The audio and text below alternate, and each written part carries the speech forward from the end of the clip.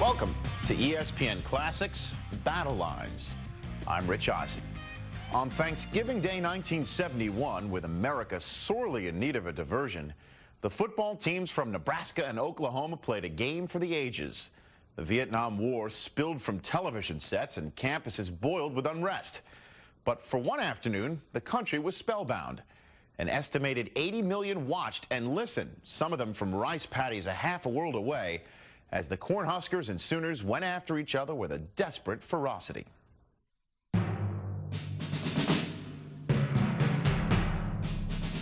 We were in the midst of Vietnam, and some of our friends were involved.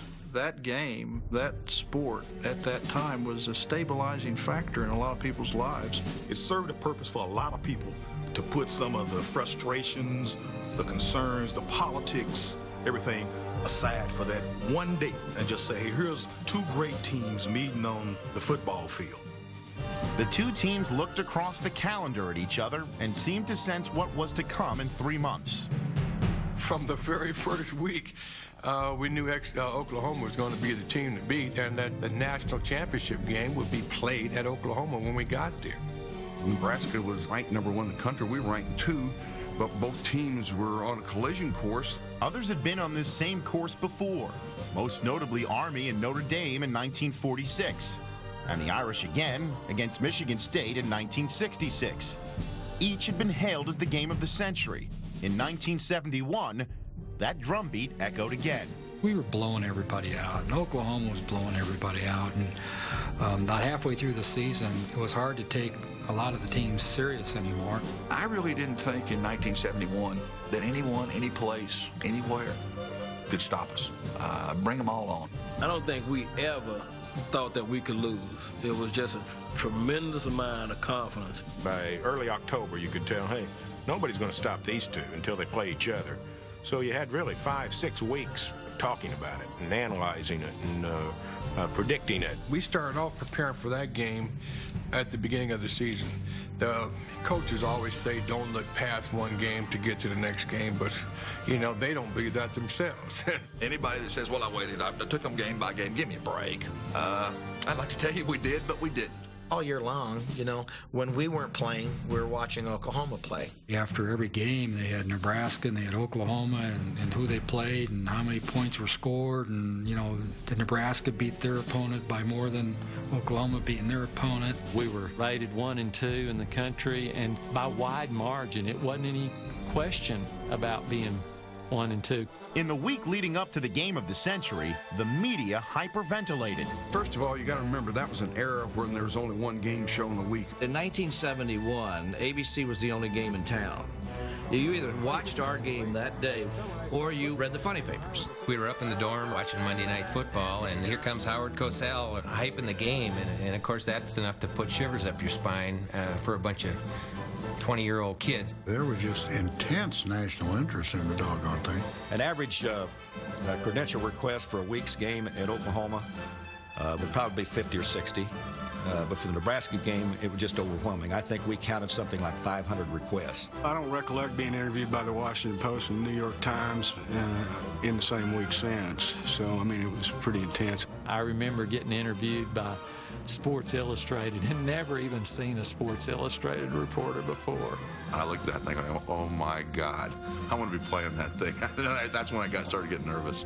They disconnected our phones in the dorms because they were saying, you know, you're going to be getting calls from all over the place. I don't know how many people know this, but Nebraska took its own food to Norman. They were worried about somebody poisoning the food, so George Sullivan, our head trainer, decided they would fly all the food down for our pregame meals and that, just to be on the safe side. My partner, Paul Schneider, stayed in the dining room, and I stayed in the kitchen and watched the preparation and the whole works. It was almost comical because we'd actually brought our own salad dressing, our own meats and potatoes. It's like, boy, this must be a pretty important game if we're going to bring our own food down here to feed our players. All the hoopla, all the rankings, number 1 versus number 2, Thanksgiving Day. I mean, what could be more American football than that? You'd see on television from Monday through Friday was that game coming at you. And you saw that all year long because they keep flashing up Thanksgiving, Oklahoma and Nebraska. Well, every week everyone would see what Oklahoma and Nebraska was accomplishing. So everybody said, boy, that's going to be something. The 1971 Nebraska-Oklahoma game would pit two teams at the pinnacle of the college football landscape. For the Huskers, they had been taken to the top by Bob Devaney, a fired-up, florid-faced coach with a confidence that was contagious. I went to Nebraska when Bob started in 1962. I was a graduate assistant. Bob felt he could win. He believed in the players. It was a whole new environment in Nebraska once he got there. Bob Devaney understood the people of Nebraska, understood how to talk to them, how to walk with them. Nobody captivated the state more than old Bob did. He could be friends with a farmer, a shoe clerk, a lawyer. He just had a knack of relating to people. In the early 60s, when Coach Bob Devaney came to Nebraska, really instilled a lot of pride. Coach Devaney was the kind of guy that would get you so psyched up that you'd rather slide bare booty on a razor blade than to disappoint him. The team had a certain little swagger like Bob did. See, Bob didn't ever figure anybody could beat us. The season that cemented Nebraska and Devaney's status turned out to be 1970. The Huskers went undefeated, but still needed help from two schools to reach number 1. During that season, we were number 3. And on New Year's Day, Texas got beat by Notre Dame, and then Ohio State got beat in the afternoon out in the Rose Bowl by Stanford. And then all of a sudden, we walk on the field in the Orange Bowl. We're playing for the national championship. Nebraska beat LSU in the Orange Bowl, earning Devaney his first national title, and it made the Huskers hungry for more. The 70 team was a good team, but in 71 it was a little different mentality. It was kind of like we're the best, and nobody's going to beat us. When you're 21 years old, you feel you're invincible. We just had a good team. We had a lot of speed, and we had the best player in the nation, Johnny Rodgers. We weren't there just to win football games. We were there to try to make an impression, because now we had got to test the national championships, and we really weren't going to go back to being just a Big 8 champs or just being just another football team. What would really mark that 1971 team as something special was the fact of just the leadership on the team. We knew every week that it was really a privilege to go out and play football for the University of Nebraska. Nebraska scored virtually at will, but it was the marauding defense, ranked number 1 in the country, that ran like a steel spine through the entire team. We were the black shirts. We were the toughest guys in the team. Nobody could run us over. We could stop just about anybody. I give a lot of credit to the scout teams. Our scout team was better in almost every position than most every team we played. And so if we could whip those guys, you can handle anybody on Saturday. We knew that we were pretty tough. Some of our scrimmages against the first team offense and the first team defense were pretty much wars. So we just had a real sense that we had something special going. Nebraska barely broke a sweat in its first 7 games, winning them all by an aggregate score of 277-40. Opponent number 8 was supposed to offer some resistance. We thought Colorado would be a really good test. We blew Colorado away, and they were a good football team. So I knew we were destined. While Nebraska rushed towards what it considered the inevitable, Oklahoma tried to rekindle an old flame. Oklahoma had a winning tradition. The bar was kind of high from an expectation standpoint of what they expected from you as an athlete to continue that tradition. During the coaching tenure of Bud Wilkinson, Oklahoma football gained mythical status. In the 1950s, Wilkinson's team stitched together a 47-game winning streak and earned 3 national championships. His success established a tradition and a standard that every Oklahoma coach has to try to meet. Barry Switzer put it best. He said, Bud Wilkinson created the monster, and everyone who followed him has to feed it. Bud spoiled him with all the great winning that he had. Well, when I arrived, they had a downturn. We came in 1966 to change that. In 1967, which was my first year as head coach at Oklahoma, nobody really expected a lot from us. And yet we had a great season and went on to win the conference championship. The Sooners played credibly enough the next 2 seasons, but with limited success. After losing the 3rd game of the 1970 season to Oregon State, the Oklahoma coaching staff scrapped its offense and started over. To start with, we were desperate, and we were fixing to get fired. We were trying to run an offense that relied very heavily on passing, and we found out we weren't capable of passing the ball as good as we needed to make that work. Greg Pruitt, Jack Mildren, Joe Wiley. Here's three of the greatest players that can play in college. But we struggled. Pat James was our defensive coordinator, and Pat sat in the press box with me, and he says, hey, guys, we can't win running that crap you got on the field there. And I said, Pat, I know that. So he took me into the film room. We're getting ready to play Texas. And this is back when Texas was hanging half 100 and everybody in the wishbone.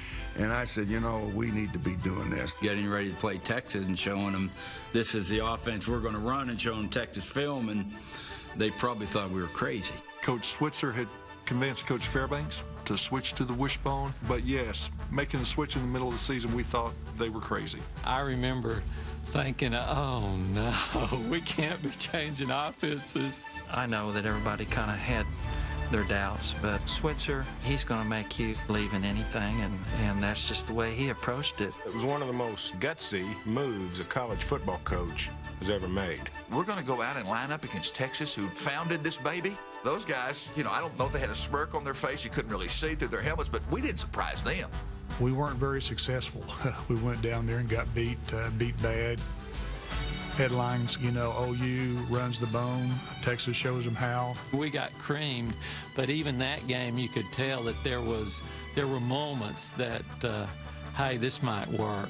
Regardless of what our fans felt like, all they look is the score. They couldn't see what we had accomplished out there. The important things to me, ball control, with a team that hadn't been able to make a first down in previous game. The 70s season was a step-by-step process, and we played Colorado up there in the second game in the wishbone, and we start to open a few eyes. Whatever doubts there may have been about the wishbone, I think they were answered, because we certainly shouldn't have been on the football field with Colorado.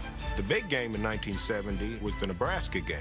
And Nebraska was unbeaten and on its way to the national championship. The Sooners played them tough, lost 28-21, and that game, more than any other, assured Oklahoma fans that, hey, this is going in the right direction finally. The Sooners finished the 1970 season by demolishing Oklahoma State 66-6, and then playing to a 24-all tie with Alabama in the Bluebonnet Bowl. The change in attack had been a success. This was the offense that gave us the best chance to play at the very top level. And it took huge courage for a coach to switch an offense at a university like OU in the middle of the season. Great credit to Barry and to Galen Hall, amongst others, for going through that process and teaching us. In 1971, the Oklahoma wishbone swallowed up ground in great gulps. Our offense was roaring up and down the field every week. It was a track meet. I never seen anything like it in college football. Had never seen anything like it. I don't think our players thought anyone could stop them. We beat Southern Cal and we didn't complete a pass. Can you imagine? Nearly 500 yards rushing. I remember John McKay after the game making some comment about the wishbone being a rinky-dink offense. Well, if that's the case, then give me that rinky-dink anytime, any place, anywhere, because he couldn't stop it. Texas was next. What do you say? We don't like Texas. They don't like us. They've got their wishbone. We unveiled ours. Texas thought they knew how to defend the wishbone, and that was a game where I'm not sure they ever stopped us. Oklahoma hung 48 points on Texas and avenged the 32-point humiliation of the previous year with a 21-point stomping. I remember the headline, our wishbone is the greatest. Not only were we good against Texas offensively, but we had a great defensive day. Texas had just kicked our ass for so many years, and we just went down there and just did a number on them, and that really gave us a whole lot of confidence. Colorado went down like wheat before a combine, and that gave Oklahoma consecutive wins over 3 ranked opponents.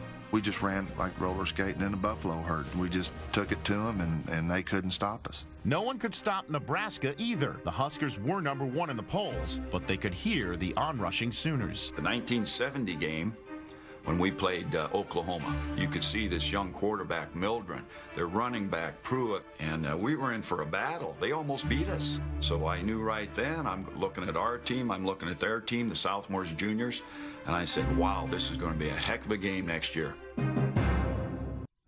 Oklahoma was no stranger to an intense rivalry, but the 1971 game with Nebraska, the 51st in their series, approached border war status. The Texas-Oklahoma game is one of the great classics of college football. But the OU-Nebraska game, without question, was the most important game because more national championships have come out of that game than any other national rivalry.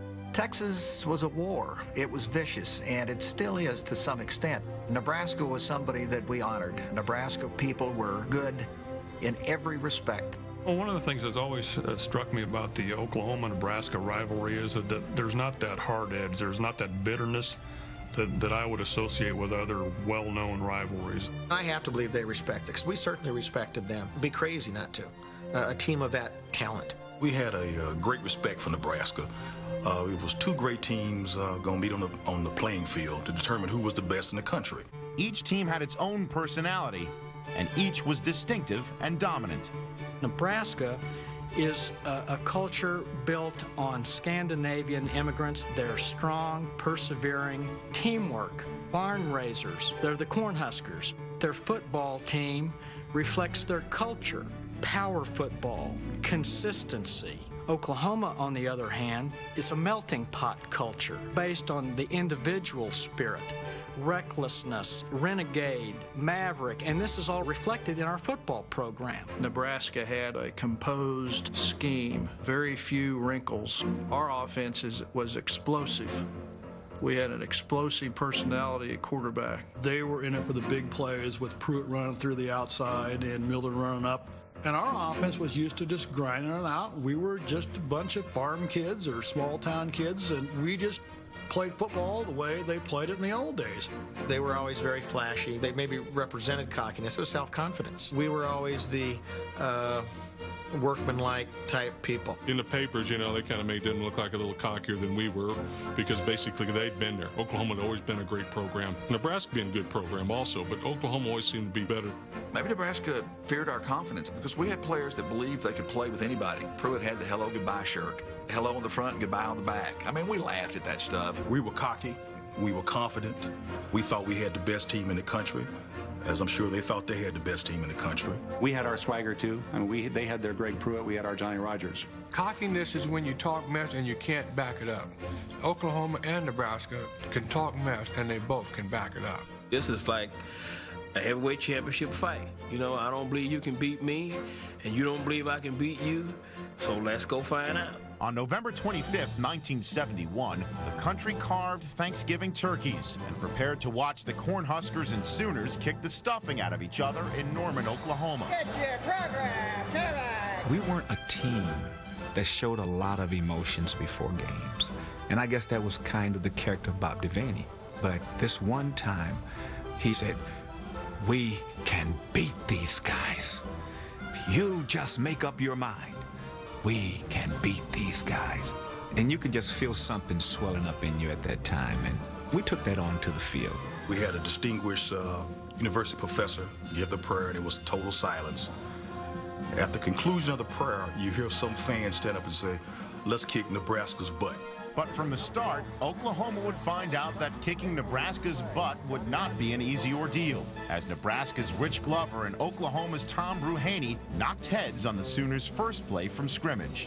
I remember Rich hit me with a forearm shiver and shuck me, I guess, kind of like a real Nebraska farmer would shuck corn. If I had a great game against this guy, because he was the #1 center in the country, the top lineman, that I could be the #1 nose guard in the country. The give us to Crosswhite, he got a couple. He was hit by Glover. He made the play, so that didn't get the game off to a very good start for me. Glover's hit was just the start. After 3 plays, Oklahoma's potent wishbone had gouged out only 5 yards against the Blackshirts. The Sooners were surprised they had to punt. It was suddenly shocking to punt. I don't think we punted 8 or 9 times all season. Whenever they play back the Nebraska point of view, the playback always starts with, and the Oklahoma punter, Joe Wiley, is back to punt. Joe Wiley in the kick. Here's Wiley's kick, gets high. And awaiting that punt was the explosive Johnny Rogers, who was still a year away from winning the Heisman Trophy. I did not know that Greg was going to be right down on top of me as soon as I got the ball. Johnny and I became real good friends. A lot of people didn't know that. We talked every week about what we were going to do in games. Of course, he said he was going to run one back down our throats. Not gonna happen. I'm on that coverage team. When I caught the ball and he grabbed me, I wanted to get him so I could tell him how I smashed him in front of the nation. And he made a move. he actually dictated which way I was actually going to go from there because I pulled off and I fell to my right. Actually, we had the punt return going left. I grabbed him and kind of made him miss 3 guys, couldn't hold him. Greg used to wear that shirt that said hello and then goodbye all the time. That's the first thing I could think of what actually happened with hello and goodbye. Gets away. Look at that. I had a pretty good shot at him, but he juked and I just missed. A man crosses my face, that makes me cut back to my left, which gets me downfield a little bit more. Your heart goes to your throat whenever Johnny had the ball because you never knew where he was going to wind up. We had always had agreements that no matter what I say or what return I might call, just meet me down the field because I might have a very awkward way of getting there. At the point I tried to make my tackle, he cut to the sideline. When I was getting ready to turn on, I realized I had just got a telegram from rigor mortis and I really wasn't able to turn on. I was the last person in pursuit of Johnny Rodgers. I just made that look good for TV purposes. It was just kind of like watching your life kind of pass by in front of you and hope that it stops, but it didn't stop till it got to the end zone. I'm in the end zone with Johnny. We just kind of hug each other, and we go off the field. And he was so excited that he kind of barfed over on the sidelines. I didn't see that. I don't get excited till it's over. But yeah, I went up to the side and I had to throw up. He had all that nervous energy in him, and that was his way of, I think, of relaxing or getting it out of him. Several Sooners felt sick to their stomachs as well, as they searched the field frantically for bits of yellow cloth that would bring back Rodgers' return. But the only place that run ended up was in legend. I remember seeing 2-3 clips and wondering where the flags were. I thought I felt somebody hit me from behind as I was trying to make my play. Let me tell you something. Joe Wiley was a preacher. And if Joe Wiley said he was clipped, then he was clipped. You was hoping something would stop it, and I wished I'd been the guy that made the tackle instead of the guy that got clipped. John's got the angle. The contact is made right here, just like this, forward on, and he falls face down, and I fall on the top of him. I get up off of him, and like all the Oklahoma players and all the Oklahoma coaches are standing right there going, clip, clip, clip, clip. And I stand up and I go, do they throw a flag? Somebody there says, no. And I go, well, then it wasn't a clip, and turned around and ran off. I look at it like if I had done what I was supposed to do, he don't get that far, and that ref don't have to make that call. You don't realize how good somebody is till you're face to face with it on the field, and you see, I mean, this guy's really good. Normally, those classic plays are game enders, like Flutie's Hail Mary. Throws it down. Caught by Boston College. I don't believe it. Or Cal running through the band to win the game on the last play. Oh, the band is out on the field. He's going to go into the end zone. He's going to go into the end zone. Johnny's touchdown was very early in the game, and so it was different in that respect, that it really set the tone for the game rather than being the clincher of the game. We had just come to somebody else's house, and we really came to play. We set the stage for what was going to be happening that day. After an Oklahoma field goal, Nebraska followed up Johnny Rodgers' lightning bolt punt return with another touchdown. Early in the second quarter, the Sooners were behind 14-3. Had to play catch-up, a game with which they were neither familiar nor equipped. I don't know that we'd ever been behind 14-3 as we were to start. These guys only give up 5 points a game. How's Oklahoma, who can't pass? Too high again. How are they going to even score a touchdown now? The wild card in this thing was that Oklahoma had started playing the wishbone. And early on, nobody had seen it before. And we had a very good defensive coach, Monty Kiffin. The biggest thing we were going to do is make the quarterback keep the ball. We had to take Greg Pruitt out of the game. We knew that Jack didn't have the speed that the other guys in the backfield had. I'd make the quarterback carry the ball, and then I'd pound him. And it's what they did. They made it real hard for us to get the ball to Pruitt. When Nebraska put the reins on him, it really created a tiny seed of doubt in the Sooners thinking, what's going on? If Pruitt can't get loose, who can? What happened then is that Mildren ended up carrying the ball. So we took Pruitt away, but there was still too many weapons to stop in that wishbone. Mildren kept getting knocked down, and he kept getting back up. He carried 6 times in a 13-play touchdown drive that got Oklahoma to within 4. He wouldn't back down. You could hit him just as hard as you could hit him. He'd get back up, and he'd be ready to go again. You choose the way you want to die when defensing the wishbone, and they chose to take away our outside game, which allowed Jack Mildren to have a great day. Trailing 14-10, almost everyone assumed that with only 29 seconds left until halftime and with the end zone 67 yards away, Oklahoma, a running team, would run out the clock. But assumptions can be dangerous things. We were really told to run out the clock. I'm not sure if anyone knew what was going on besides Jack and I.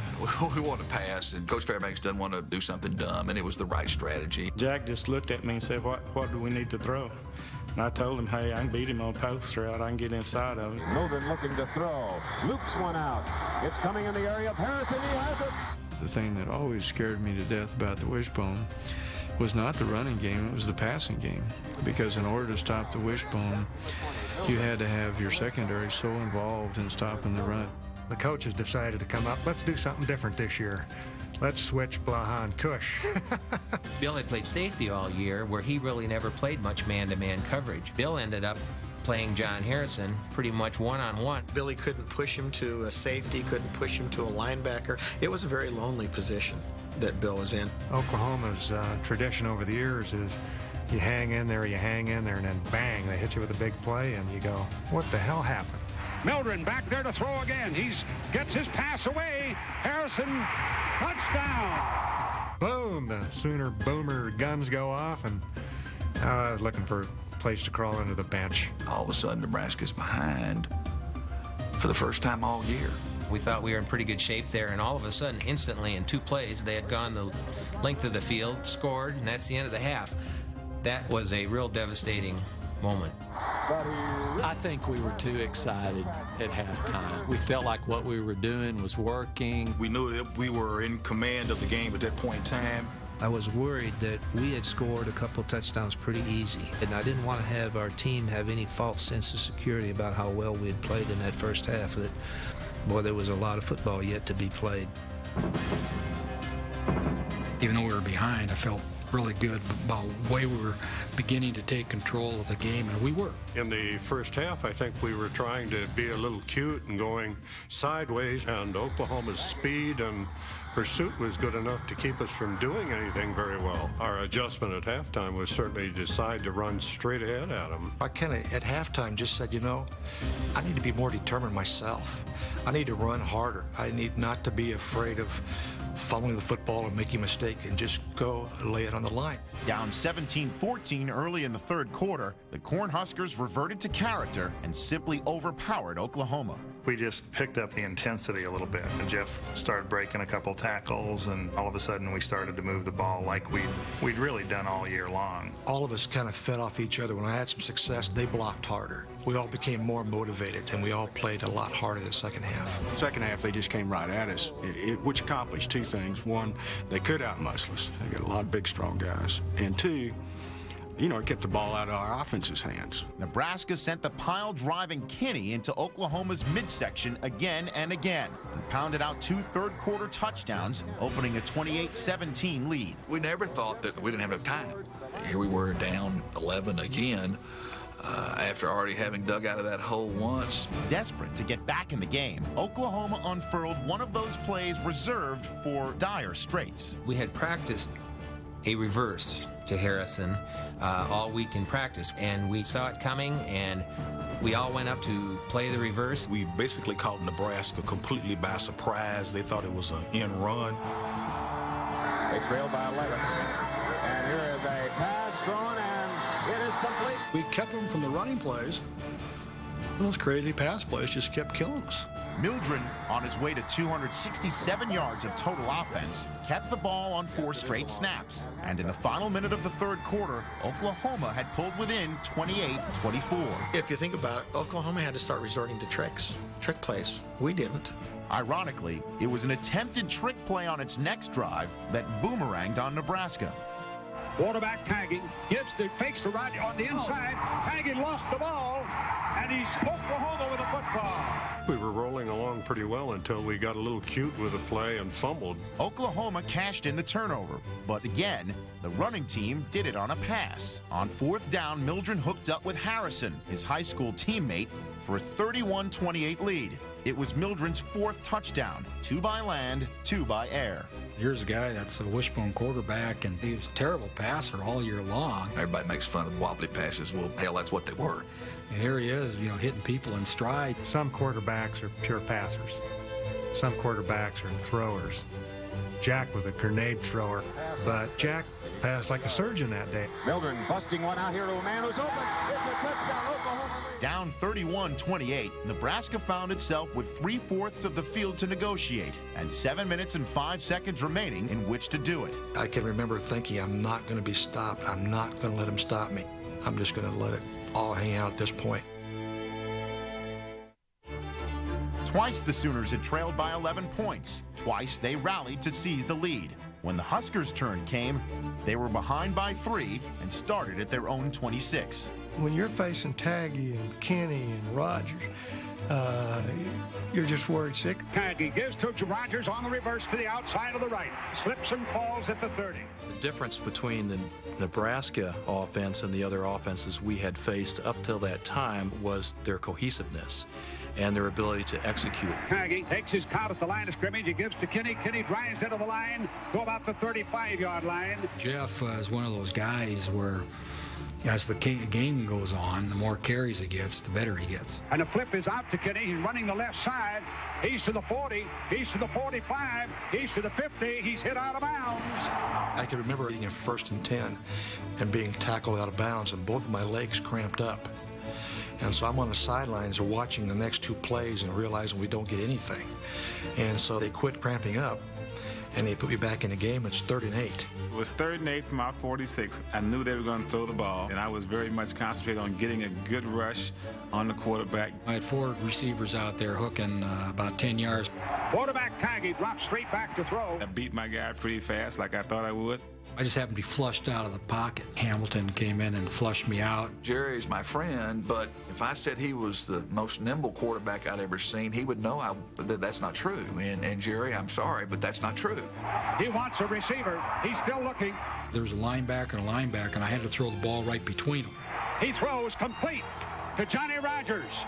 He's been doing it all year, and he just did it again. That was the biggest play of the game. That was far more significant than the punt return. People remember the punt return. Very few people remember that play. But from the defensive side of the ball, it's the biggest play of the game. We did not think that was the end of the game by any stretch of the imagination. They still had a long, long way to go to score a touchdown. With under 5 minutes to play, the Huskers stood 35 yards away from grabbing the lead back from the Sooners. He gives to Kenny. Kenny running outside of the left. 30. He's the 25. He's the 22. And down he goes at the 22. I remember the look in Jeff's eye and talk about being in a zone. Jeff was in a zone that would not be denied. The ball goes to Kenny. Kenny running over the left side to about the 8-yard line. Jeff was the possessed man that day. You weren't going to stop him. I didn't care what happened to me physically. I just wanted to go in. I wanted to score a touchdown. Kenny, the indestructible, at the top of the eye. Taggy calls his starting count at the line of scrimmage. Flips to Kenny. Kenny running the right side for a couple of yards. We had to hope for a big play, a fumble, or something close to that. Somebody's got to make a play. We got to get this ball out. If they can't score, we've got to stop this drive some kind of way. For one giddy moment, the Sooners thought they had the ball.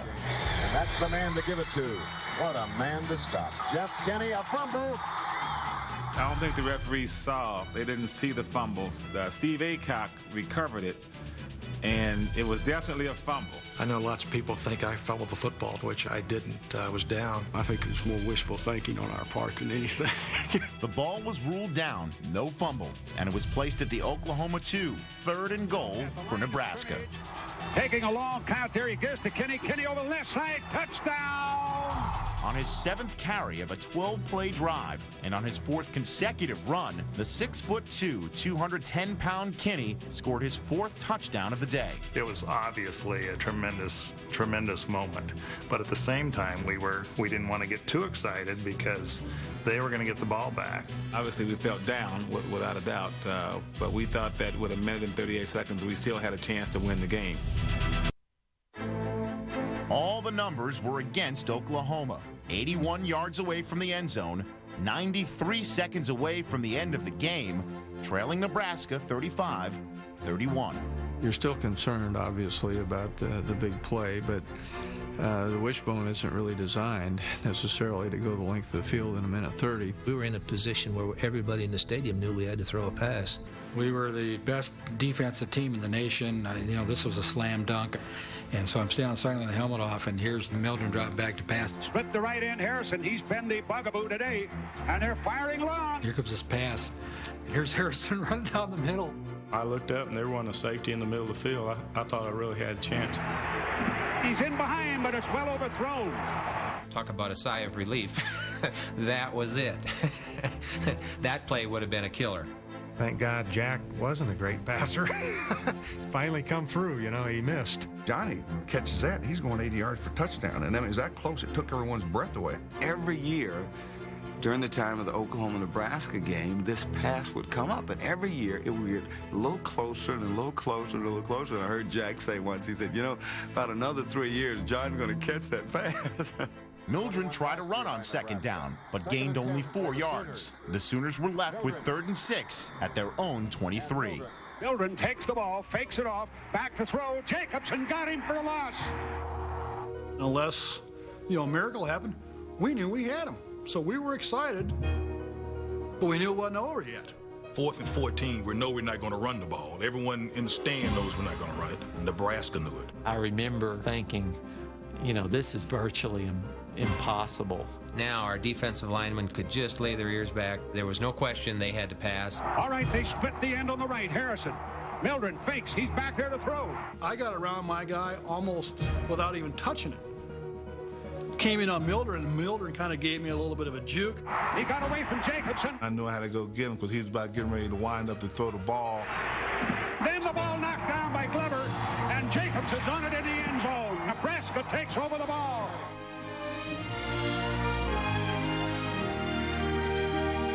You just knew that, at some point in time, the Miracles had to run out for somebody. And they ran out for Oklahoma. Rich Glover, what a way to end. Really kind of exemplified the kind of game he played. Glover's knockdown of Mildren's pass would not be counted amongst his game-high 22 tackles, but there was no play bigger. Rich had a great game, and my hats have always been off to him. And so, as the game of the century was ending, Nebraska was left with only tidy-up work, draining the clock to clinch its 21st consecutive victory and extend its unbeaten streak to 30. I was as dejected as I've ever been up to that point in my life. I actually started playing organized football in the 4th grade, and for now, one of those dreams was never going to be realized. The feeling of losing that game, it probably never will leave. But the pride you have in the type of team we had, I'll never forget that either. Nebraska knew that they were in a dogfight. This was a championship fight. You had 2 outstanding boxers, if you will, who went toe-to-toe. Nebraska knew they were blooded and battered, and we were also, but they were the victors that day. It's just like somebody took a terrible load off your shoulder. You were so happy for the kids, you were happy for the fans, and probably the happiest for Bob Devaney. We get back to Lincoln, and they dropped the rear gate at 727. There are 35,000 people waiting for us to get off the airplane. That's when it really started to soak in that we really got this done. Nebraska claimed its 2nd consecutive national championship by beating Alabama in the Orange Bowl, but it was the Oklahoma game that validated the Huskers' ascension. That elevated Nebraska from a good team to a great team, and somewhat a team that had, to some degree, captured the national imagination, because it's one thing to be well known in Nebraska. It's something else to get the national stage, and certainly that game, I think, did put us among the better teams nationally. It was a historical game to draw your power and your strength, from a group of people, and to understand that you don't win Heisman trophies by yourself, you don't win national championships by yourself. It's in conjunction with others that you make your greatest accomplishments, and that's what we did together. This was much bigger than the national championship the year before that we won on the last day. We were #1 from the start of the season right through to this game. We took on Oklahoma, the Wilkinson tradition, and we took the game, and this game really put the foundation for Nebraska football for years and years to come. For Oklahoma, time has eased the sting of that defeat. Being part of history has its compensations. I realized I was so hurt that I didn't even like playing in the game. It took me 3-4 years, and I was having lunch with somebody, and they said, "Gee, you played in the 7-1 Oklahoma-Nebraska game." "Yeah." "Boy, what a great game." And at that point, I said, "Yeah, it was really a great game to play in." The University of Oklahoma has one of the best college football records any place, anywhere, and yet a game that we all talk about is a game that we lost.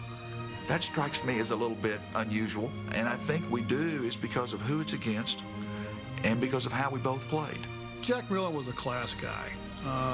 I remember after the game going out, and he was over shaking hands with everybody. He respected what we did, and we respected him for the game that he played. I wish college football could use that as an example of how a great game should be conducted and the way players should act, and no hot dogging and no trash talking. It'd be a pleasure to see another game played like that. Both teams deserved to win, and I don't think either team really lost in our hearts. I mean, both teams gave the effort. We played one of our best games ever. Nebraska did the same thing. And so you had the two best teams in the country coming together on a day that they both played at their very best. I was elated to have been on the winning team, but you always feel bad, for great opponents who lose, because Oklahoma was a great team. A lot of character, and then we had a lot of respect for them.